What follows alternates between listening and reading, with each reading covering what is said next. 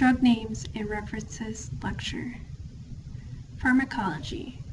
Pharmacology is the study of drugs. We, as medical assistants, need to know why they are given, how they work, and what effects to expect, good and bad. Classifications. Each drug is categorized into a subcategory called a classification. Usually, they are classified by their therapeutic use. Some examples would be analgesics, treat pain, anticoagulants, prevent clotting, anti-anxiety, decreases anxiety, diuretics, increase urine output, antihypertensives, treat hypertension. Those are just a few examples of the different classifications that we will learn about throughout this class. Identifying names. So every drug will have a generic name, which is the most common and usually the hardest to pronounce.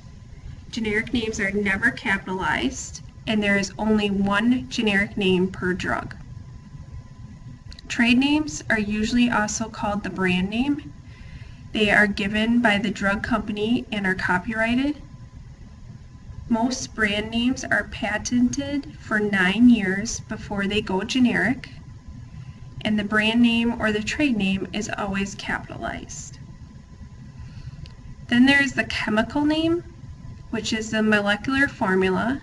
It's usually long and very hard to pronounce. As medical assistants, we don't generally see this in the clinic setting. The chemical name is usually used by pharmacists and drug manufacturers. The official name typically is the same as the generic name.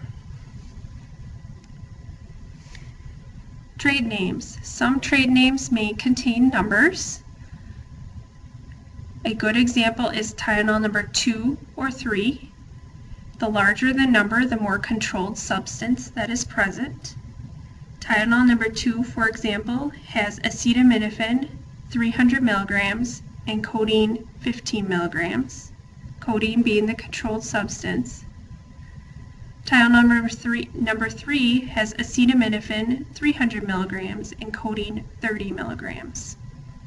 Tylenol number 4 has acetaminophen 300 milligrams and codeine 60 milligrams.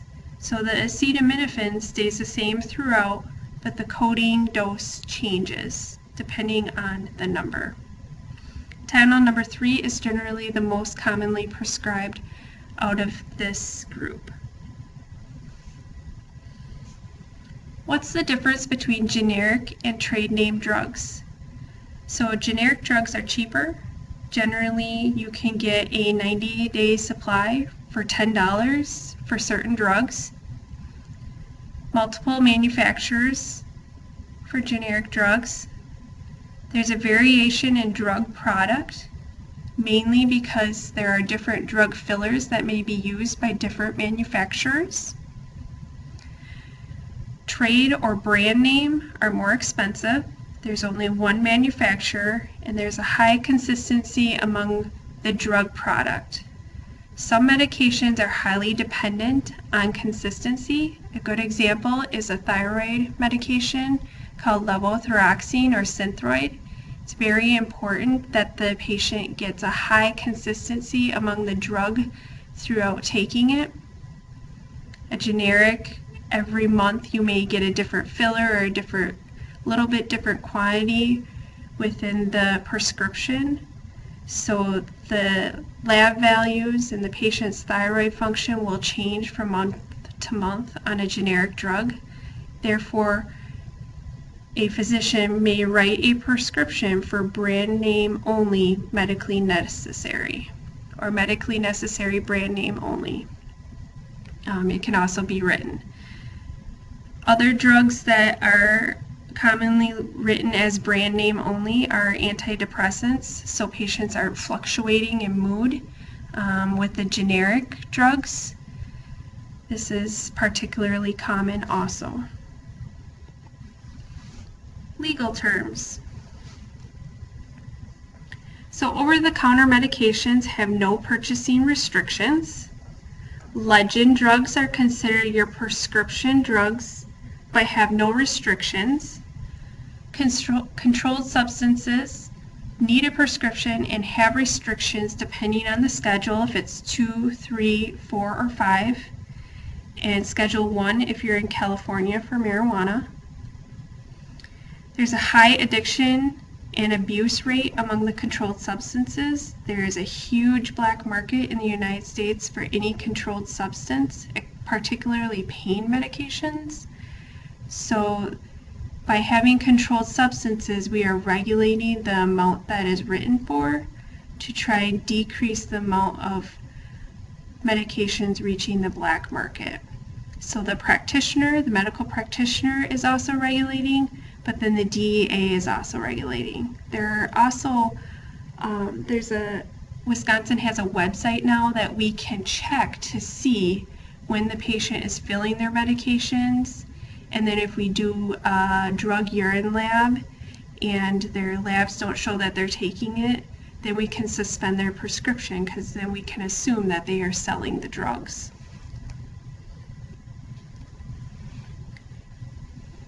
Terms indicating drug action.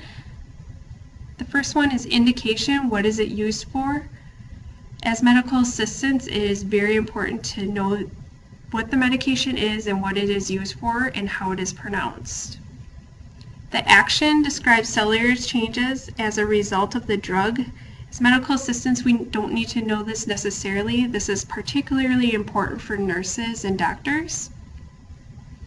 Contraindications, when the drug should not be used. So a diabetic medication should not be used when we're giving radiation dye,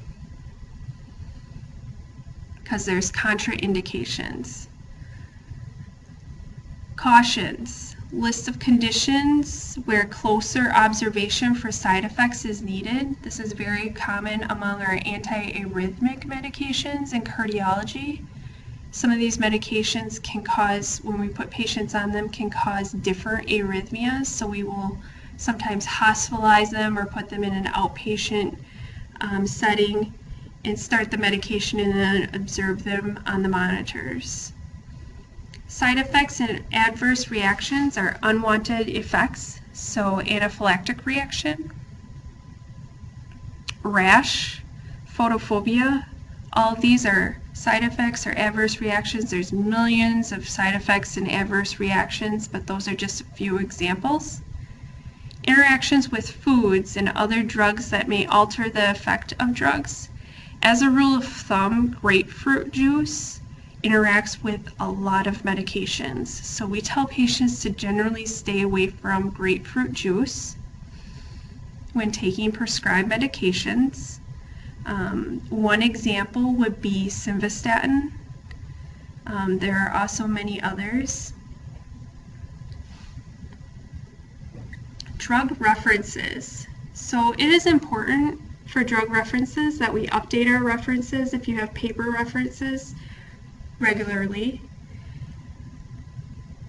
The first drug reference, which is the most common, is the PDR, which is the physician desk reference. There's also a physician reference. There's a nurse reference that's a PDR. Generally, as a medical assistant, you'll have the nurse physician desk reference available for you to reference in the clinic. They are generally free, the PDRs are, online and in paper. Usually the PDRs are sent to the physicians yearly.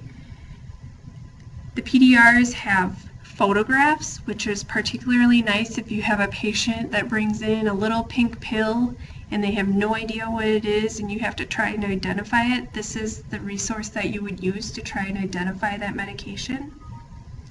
The only con is that this drug reference has to, the drug companies have to pay to have their drug listed. The USPNF is the U.S. Pharmacopedia or National Formulary. There are no photographs. It can sometimes be confusing. It's usually made for drug labs and manufacturers.